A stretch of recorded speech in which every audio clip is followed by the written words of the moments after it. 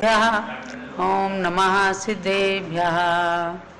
नमो अरिहन्ताणं नमो सिद्धाणं नमो आहिरीयाणं नमो उज्जायाणं नमो लोये सव्वसाहुणं। ऐसो पंच नमो यारो सव पावपणासनो मंगलाणं च सव्वेसिं पद्मं हवै मंगलम् पद्मं हवै मंगलम् पद्मं हवै मंगलम्। सरस्वती नमस्तुभ्यं वरदे कामरूपिणी विद्यारम्भं करिष्यामि सिद्धिर्भवतु मे सदा। जलो पंच परमेष्ठी भगवान की जय। द्वादशांगमयी जिनवाणी माता की जय। परम पूज्य गणिनी प्रमुख श्री ज्ञानमती माता जी की जय। भव्यात्माओं, आश्रव त्रिभंगी ग्रंथ के स्वाध्याय का समय हो गया है। पंच परमेष्ठी भगवान और द्वादशांगमयी सरस्वती माता को नमन करके आपको अपनी आत्मा के प्रति सजग करने की भावना से जो ग्रंथ श्री श्रुत मुनि के द्वारा रचित है उस आश्रव त्रिभंगी की ओर ले चलती हूँ। तो सर्वप्रथम मंगलाचरण। पणमीय सुरेंद्र पूजिय पय कमलम बड्डमान ममल गुणम पच्चय सत्तावन्नम ओछे हम सुनह भवीय जना। हे भव्यात्माओं, आप आश्रव त्रिभंगी के प्रकरण को श्रवण कीजिए सावधान चित्त होकर के। इस लक्ष्य को लेकर आप शाश्वत तीर्थ अयोध्या से इस जिनवाणी का श्रवण कर रहे हैं। हमारे बीच में परम पूज्य 108 आचार्य श्री भद्रबाहु सागर महाराज और पूज्य गण्य ज्ञानमती माता का मंगल सानिध्य प्राप्त हो रहा है। गुरुओं के श्री चरणों में नमन करते हुए और आश्रव की बात प्रारंभ करती हूँ। आज आश्रव के 57 भेदों को आपको पुनः एक दृष्टि में बताया जा रहा है। यद्यपि आश्रव के पूरे भेदों को आपने समझ लिया है, फिर भी कुछ जिज्ञासुओं की ओर से बात आई कि एक बार पुनः 57 प्रकार के आश्रव की बात बता दें।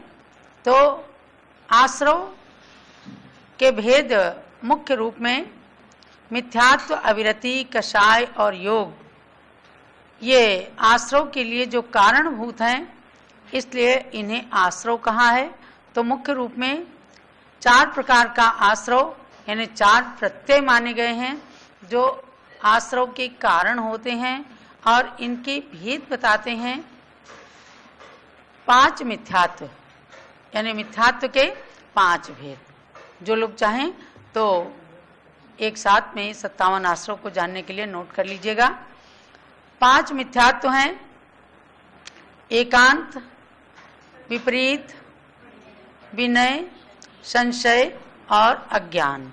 इन 5 मिथ्यात्वों के बारे में आप जान चुके हैं। मुख्य रूप से इसमें है कि मिथ्यात्व कर्म के उदय से जिनेंद्र भगवान की कही हुई सच्ची वाणी के प्रति जो अश्रद्धान होता है, अरुचि होती है, विश्वास नहीं हो पाता, उसको मिथ्यात्व कहा है। और वह एकांत, विपरीत, विनय, संशय और अज्ञान, इन 4 प्रकार से हो सकता है। तो ये 5 प्रकार का मिथ्यात्व हुआ। और 12 प्रकार की अविरति यानी अविरति के 12 भेद जानना है। अविरति के 12 भेद आपको बताए गए कि 5 इंद्रिय और 1 मन, इन पर संयम नहीं रखना, इनका असंयम, इनके विषयों से विरक्त नहीं होना, यह इंद्रिय असंयम कहा गया। और 5 प्रकार के त्रस काय के जीव और एक त्रस यानी 6 काय की जीवों की विराधना से युक्त भावों का होना, ये प्राणी असंयम कहलाता है। तो 6 प्रकार का इंद्रिय असंयम और 6 प्रकार का प्राणी असंयम, यानी इनकी विराधना करना, इंद्रिय विषयों से विरक्त नहीं होना और प्राणियों की हिंसा आदि से विरक्त नहीं होना, ये 12 प्रकार की अविरति हो गई। और 25 कसाएं, इनको भी आपने बहुत अच्छी तरह से जाना है।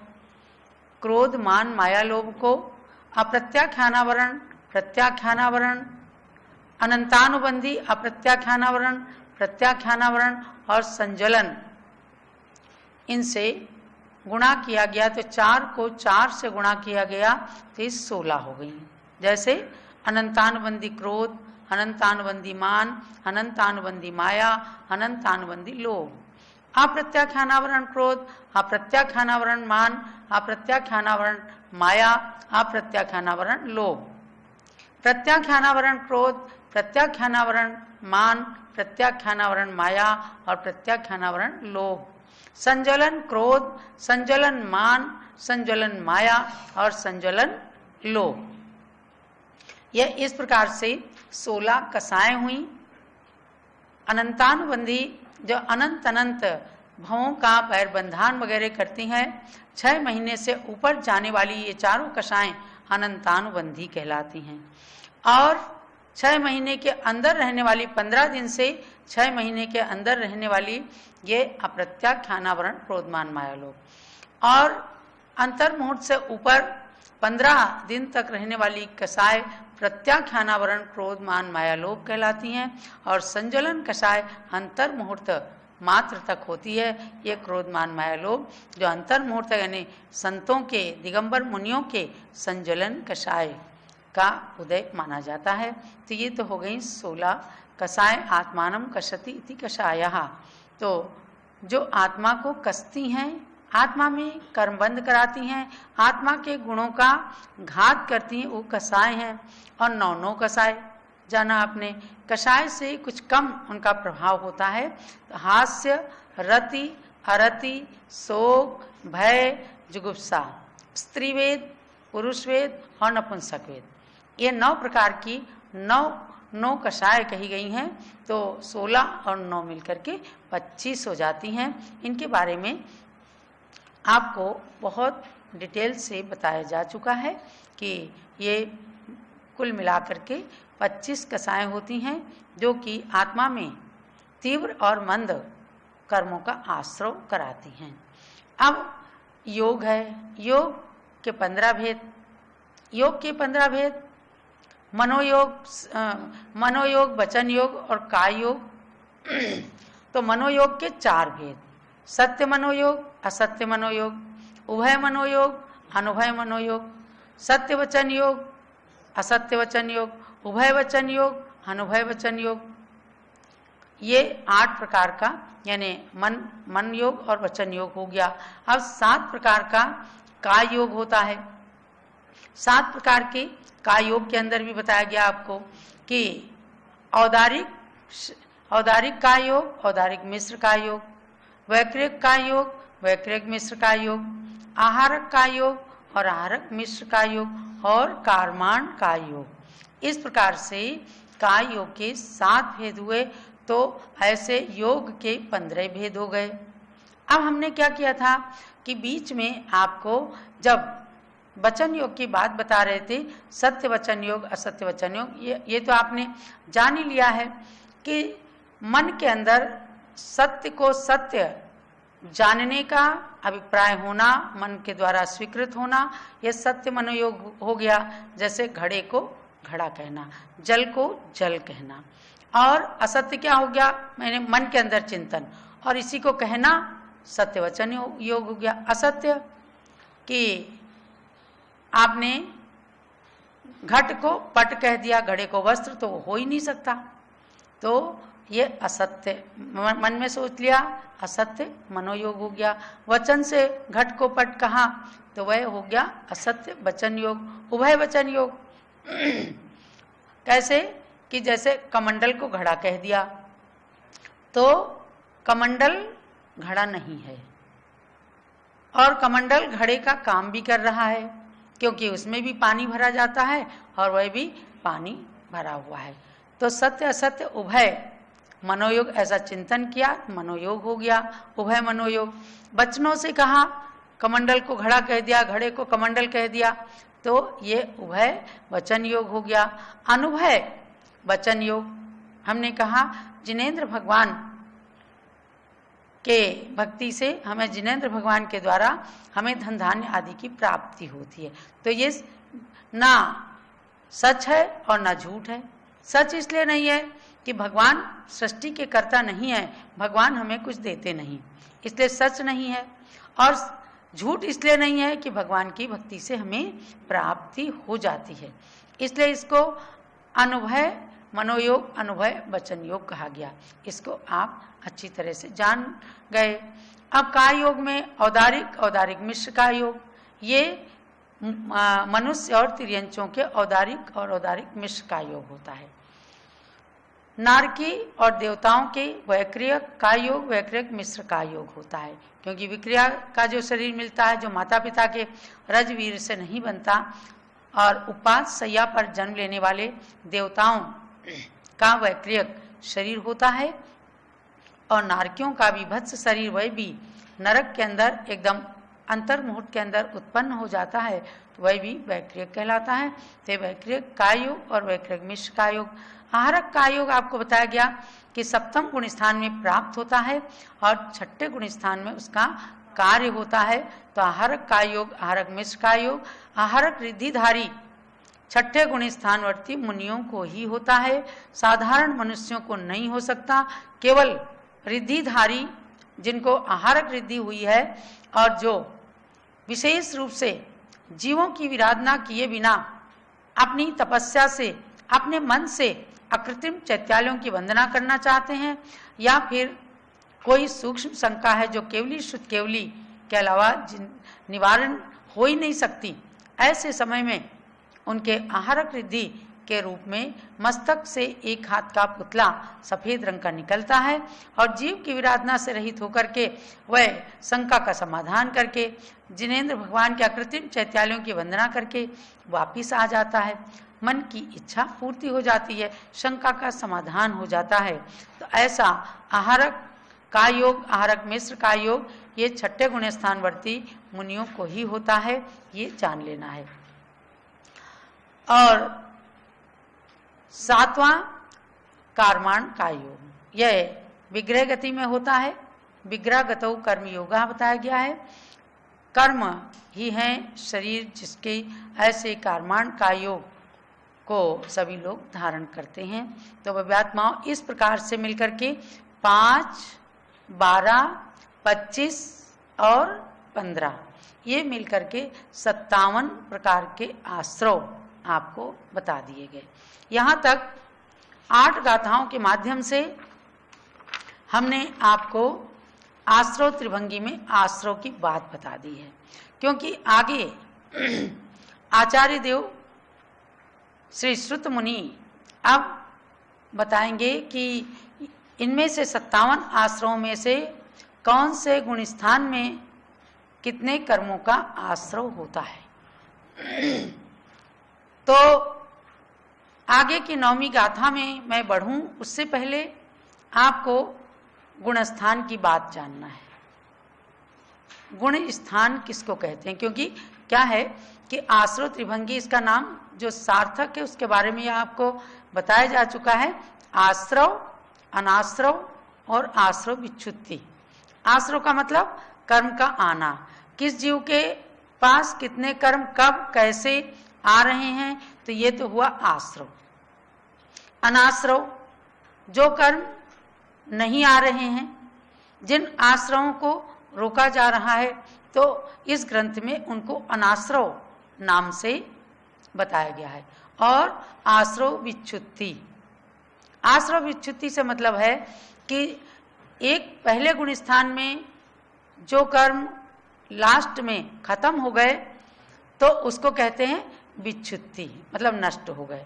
यानी कि जिन कर्मों का विच्छिन्नपना हो गया पहले गुण स्थान में, दूसरे गुण स्थान में उनका अनाश्रव रहेगा, वे आश्रव नहीं, आश्रव के रूप में नहीं आएंगे। तो विच्छुत्ति माने नष्ट हो जाना, खत्म हो जाना, उस समय उस गुण स्थान से वापिस अगर वह गुण स्थान बनता है किन्हीं कारणों से तो फिर से आएंगे। लेकिन यदि किसी प्राणी की जो गुण स्थान है उसके योग्य भाव रहते हैं तो उस गुण स्थान में कितने कर्म का आश्रव, कितने का अनाश्रव, कितने की विच्छुत्ति, ये व्यवस्था आपको आगे बताई जाएगी। तो आगे हम जब गुण स्थान में बढ़ते हैं तो उसके लिए आपको पहले गुण स्थान जानने पड़ेंगे कि गुण स्थान क्या है, क्योंकि हम आएंगे जब नौवीं गाथा में तो बताते हैं कि किन किन गुण स्थानों में कौन कौन से आश्रव हैं। तब चूंकि ये कर्म को बंद करने के लिए, कर्म को उदय में लाने के लिए, कर्म को की सत्ता को पहचानने के लिए ये आश्रव त्रिभंगी कुंजी के रूप में एक छोटा ग्रंथ है। जरूरी नहीं है कि जो लोग आश्रव त्रिभंगी को पढ़ रहे हैं वो गुण स्थान को जानते ही हों, इसलिए आपको पहले गुण स्थान भी जान लेना है। गुण स्थान का मतलब क्या है? दर्शन मोहनी कर्म, दर्शन मोहनी आदि कर्मों की उदय, उपशम आदि अवस्था के होने पर जीवों के परिणाम जो होते हैं उनको कहते हैं, उन परिणामों को कहते हैं गुण स्थान। नीचे ऊपर जैसे भी परिणाम होते हैं तो उन परिणामों को गुण स्थान कहते हैं। गुण स्थान का मतलब ये गुणों का स्थान, तो गुण के साथ अवगुण भी बता ही दिए जाते हैं। तो कहाँ कितने अवगुण रहते हैं, किस तरफ व्यक्ति के परिणाम बढ़ रहे हैं, अवगुणों की ओर जैसे मिथ्यात्व की ओर, गुणों की ओर जैसे सम्यक दर्शन आदि, देश विरत आदि अवस्थाओं की ओर, तो उनको गुण स्थान कहते हैं। और वह गुण स्थान मोह और योग के निमित्त से बनते हैं। आपको संक्षेप में जानना है कि गुण स्थान बनते कैसे हैं। गुण स्थान मोह और योग, इसके अंदर सब कुछ आ गया, यानी योग मन वचन काय के योग और मोह मोहनी कर्म जो संसार के अंदर सब कर्मों का राजा रहता है। इन दोनों कारणों से मोह और योग के निमित्त से होने वाले परिणामों को ही कहते हैं गुण स्थान। तो इस प्रकार से गुण स्थान की परिभाषा हुई, यानी गुणों के स्थान गुण स्थान ये सबके पास है। यानी आप जब इस परिभाषा को जान करके और आगे अपने लिए चिंतन करेंगे तो पाएंगे कि अगर मिथ्या दर्शन है, मिथ्यात्व की ओर आपकी प्रवृत्ति है तो पहला गुण स्थान है। आगे जैसे जैसे बढ़ते जाते हैं ऐसे ऐसे गुणों के स्थान वृद्धि को प्राप्त हो जाते हैं। तो अब जाने आप कि गुण स्थान के कितने भेद हैं? 14। यानी गुण स्थान 14 प्रकार के होते हैं। तो 14 प्रकार में नाम नोट कर लीजिएगा। नंबर 1 मिथ्यात्व गुण स्थान, नंबर 2 सासाधन गुण स्थान, नंबर 3 मिश्र गुण स्थान, इसको सम्यक मिथ्यात्व के नाम से भी जाना जाता है। नंबर 4 अविरत सम्यक दृष्टि नाम का गुण स्थान, इसे असंयत सम्यक दृष्टि भी कहते हैं। नंबर 5 देश विरत गुण स्थान। देश विरत माने जो देश संयम को धारण करते हैं उनके पंचम गुण स्थान होता है देश विरत। तो 5वें गुण स्थान का नाम है देश विरत या देश संयत। और छठा गुण स्थान है प्रमत्त विरत। प्रमत्त विरत छठा गुण स्थान है, यहाँ से मुनियों की श्रेणी प्रारंभ होती है। तो छठे गुण स्थान का नाम है प्रमत्त संयत, 7वें का नाम है अप्रमत्त संयत। इनके परिभाषाएं मैं अगली श्रृंखला में लेती हूं।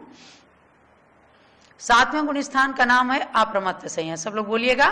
7वें गुण स्थान का नाम और 8वां गुण स्थान का नाम अपूर्वकरण और 9वें गुण स्थान का अनिवृत्तिकरण, 10वें गुण स्थान का नाम सूक्ष्म सांप्राय और 11वें गुण स्थान का नाम है उपशांत मोह, 12वें गुण स्थान का नाम है क्षीण मोह और 13वें गुण स्थान का नाम है सयोग केवली, सयोग केवली गुण स्थान और 14वें गुण स्थान का नाम है अयोग केवली जिन, यानी अयोग केवली नाम का 14वां गुण स्थान होता है।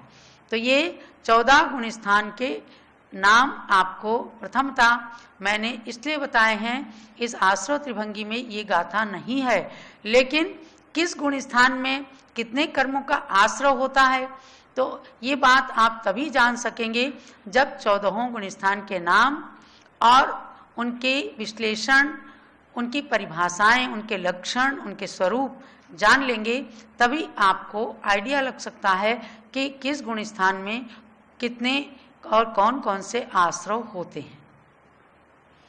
अब आपको इन 14 गुण स्थानों को याद कर लेना है। अब मैंने चिंतन किया कि इस आश्रव त्रिभंगी ग्रंथ के अंदर कुल मिलाकर के 62 गाथाएं हैं, यानी 62 गाथाएं हैं, और उन गाथाओं को हम परीक्षा के रूप में कैसे क्रमबद्ध करेंगे, तो इसमें 23 गाथाओं तक गुण स्थानों में आश्रव का प्रकरण है। तो हम फर्स्ट फेज में आपसे 23 गाथाओं की, अभी मैं समय नहीं निश्चित करती हूँ, क्योंकि जैसे जैसे आप लोग इसको सुनेंगे, धारण करेंगे, ग्रहण करेंगे, तो उसके बाद हम उसका निर्णय करेंगे कि कौन सी डेट को पहली परीक्षा आपकी होगी। लेकिन यह है कि 23 गाथाओं तक इसमें गुण स्थानों में आश्रव की व्यवस्था को बताएंगे।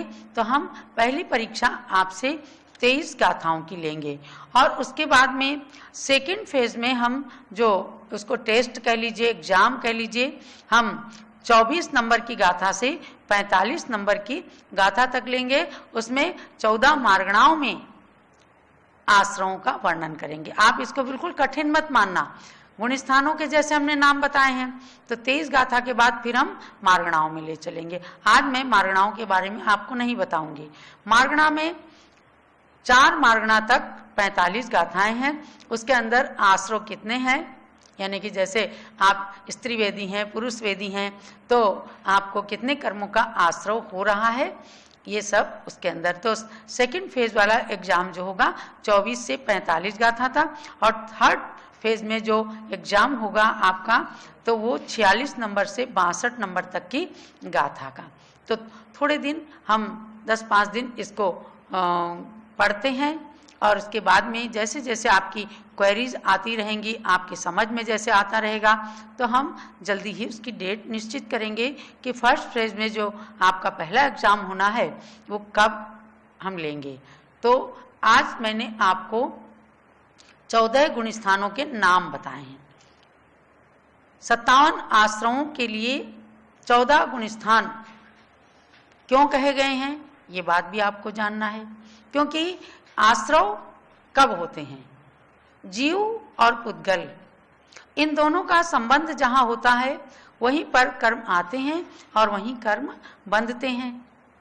समझो कि भगवान जो सिद्ध भगवान हैं वो तो किसी गुणस्थानातीत हो गए, उनके कोई गुण स्थान नहीं है, यानी 14 गुण स्थान को पार करके वे अनंत सुखी, अनंत सुख में निमग्न हो गए, तो उनके किसी प्रकार का कोई आश्रय ही नहीं है। कर्म जब उनके पास जो पुद्गल का संयोग था आत्मा के साथ, वह संयोग हट गया, संयोग हटने से जीवात्मा शुद्ध जीवात्मा बन गया। उस शुद्ध जीवात्मा के साथ ना कोई आश्रय होगा, यानी ना कोई कर्म आएंगे, ना उनकी मित्रता होगी, तो बंध भी नहीं होगा।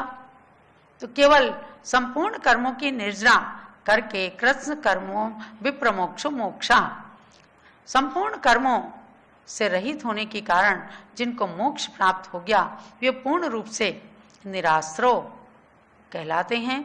इसलिए ये निश्चित रूप से जानना, हम सब संसारी जीव हैं और मोक्ष मार्ग में प्रवृत्त हैं, क्योंकि हमारे संत जन यही बताते हैं, सम्यक दर्शन ज्ञान चारित्राणि मोक्ष मार्गः, सम्यक दर्शन, सम्यक ज्ञान और सम्यक चारित्र की एकता अपने अंदर प्रकट करें, चाहे देश चारित्र के रूप में, चाहे सकल चारित्र के रूप में। तो समझो कि आप सदगृहस्थ होते हुए भी, देश संयमी होते हुए भी, या अविरत सम्यक दृष्टि भी होते हुए मोक्ष मार्गी हैं।